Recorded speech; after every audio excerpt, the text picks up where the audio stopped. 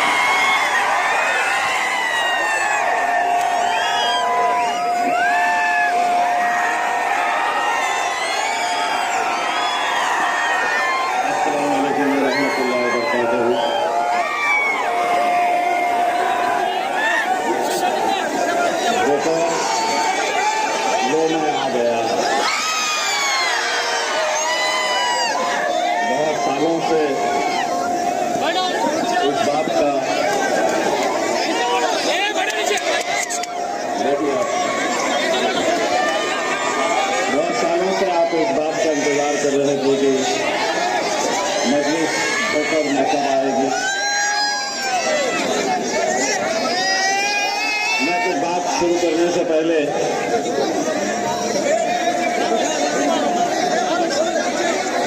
मुझे पता चला है कि इम्तियाज जलील ने भोकर में नहीं आना चाहिए। इसके लिए यहाँ के स्थानिक मनसे के कुछ नेताओं ने पुलिस के पास गए और उन्होंने निवेदन दिया कि इम्तियाज जलील ने यहाँ नहीं आना चाहिए। भोकर क्या तुम्हारे जहेज में खरीद के लाए हैं?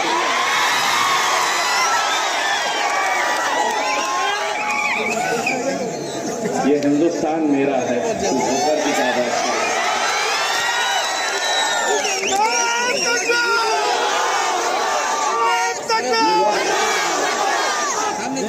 ये ऐसे विचित्र प्राणी आते कहां से हैं? इंशाअल्लाह। और यही वजह है कि अल्हम्दुलिल्लाह आज पूरे महाराष्ट्र के अंदर वैसे तो 48 लोकसभा की सीटें हैं,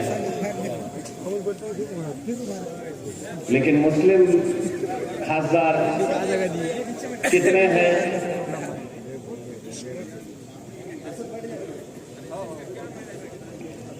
मुस्लिम खासदार कितने हैं? तो सिर्फ एक, और वो तुम्हारा बेटा, तुम्हारा भाई इम्तियाज जलील। ये सभी लोगों का कई महीनों से, कई सालों से ये इसरार था कि आप भोकर में आइए।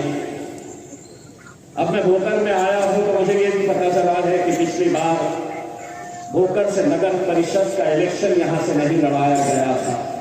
इम्तियाज जलील तुम्हें जबान देकर जाएगा कि इंशाअल्लाह भोकर से हम नगर परिषद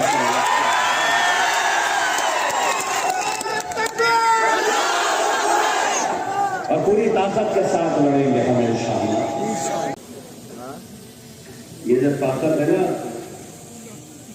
जब मुट्ठी बनकर खड़े रहेंगे तो तुम्हें ये एहसास होगा।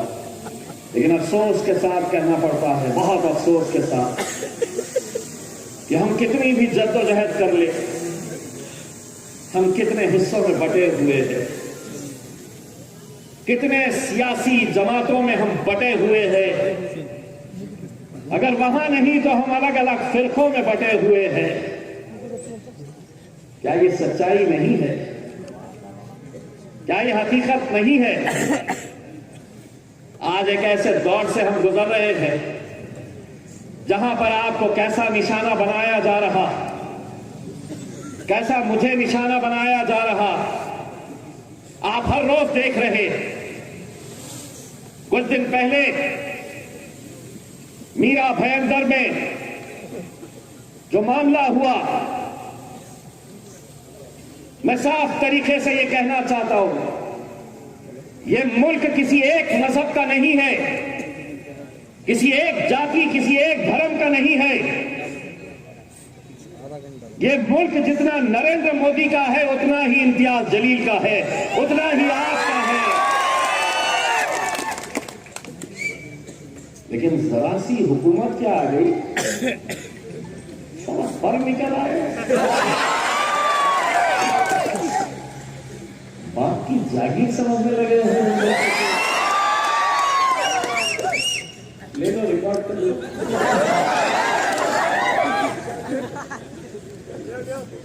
आप भी ले लो, जब पूरे है ही तैयार। अब इतनी कला हमको आ गई है बाबू, हम बोल के तुम ढूंढते रह जाते। आज रात में मुझे मालूम है अशोक बाबू पूछेंगे क्या बोला, फिर बोला क्या, फिर पुलिस वालों को बोलेंगे बनता क्या, तो मैं उनको बोलूंगा कि बनता नहीं। बाबा जी को मीरा भयंदर का जब किस्सा मैं आपको सुना रहा था,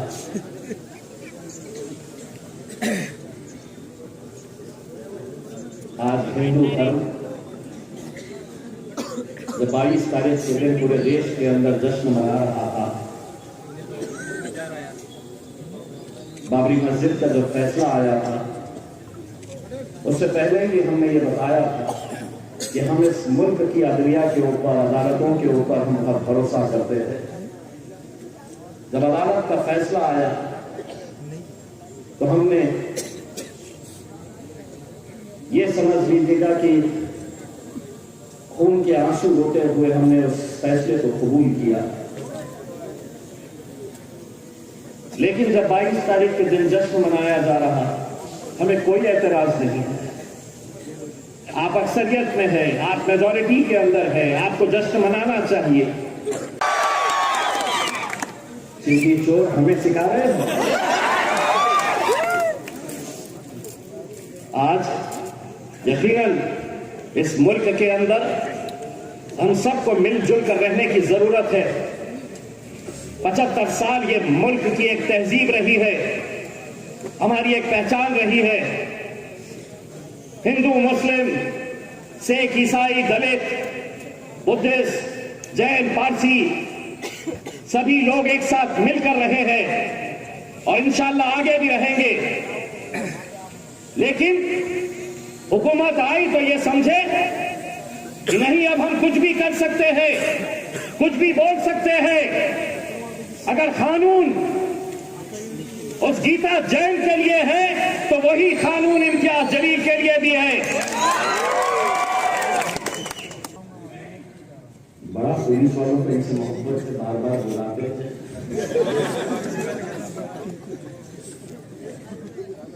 अरे एक बार अपनी क़यादत खड़े करो, पुलिस वाले बुलाएंगे, तुम्हारे घर पर चल कर आए।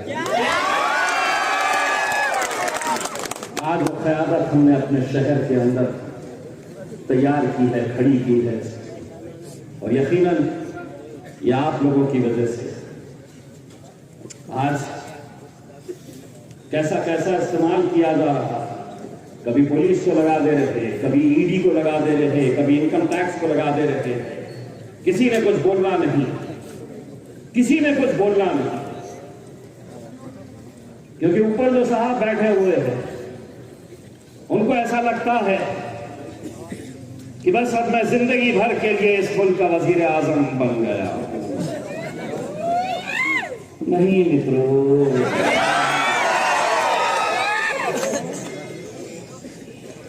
भाइयों बहनों,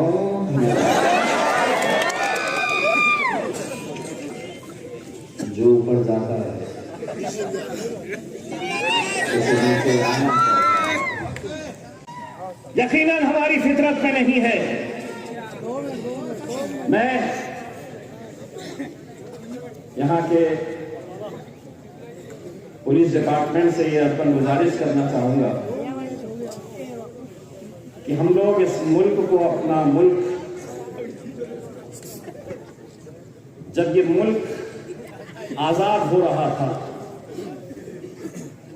जब हमारे बाप दादाओं से पूछा गया था कि तुम यहां रहेंगे या पाकिस्तान चले जाएंगे, तो हमारे बाप दादाओं ने कहा था कि नहीं, हम इस मिट्टी के अंदर पैदा हुए हैं और इंशाअल्लाह इसी मिट्टी के अंदर हम करेंगे। सरकारें आएगी, सरकारें जाएगी, इसीलिए आज हम आपकी आवाज बनकर खड़े हैं। आपसे हम क्या चाहते हैं? नौजवानों, तालीम हासिल करो, अपने माँ बाप की इज्जत करो, मस्जिदों को आबाद करो। एक मस्जिद हमारी आंखों के सामने चली गई, 2 मस्जिद और निशाना बनाया जा रहा है। अगर ऐसे ही मस्जिदों को अगर हम खाली रखेंगे, मस्जिदें हमारी आबाद नहीं करेंगे, तो वो तो बार बार यही कहेंगे कि देखो तुम्हारी मस्जिद के अंदर तो कोई आता नहीं है। इसीलिए नौजवानों, मैं आप लोगों से यह पर गुजारिश करना चाहता हूं कि यहां पर इस मुल्क के एकता को बनाए रखो, भाईचारगी को बनाए रखो। बहुत ऐसे मौके आएंगे, इलेक्शन का वक्त आया है तो फिर से हिंदू मुसलमानों को बांटने की कोशिश होगी, दलितों को निशाना बनाया जाएगा। लेकिन एक बात याद रखना, ये मुल्क हमारा है, ये मुल्क मेरा है, ये मुल्क आपका है, ये मुल्क हम सबका है। तो जाते जाते एक नारा मेरे साथ लगाओ, नारे तकबीर, नारे तकबीर। और इंशाअल्लाह नगर परिषद के पूरे इलेक्शन जरूर लड़े जाएंगे और जीते जाएंगे इंशाअल्लाह। बहुत बहुत शुक्रिया।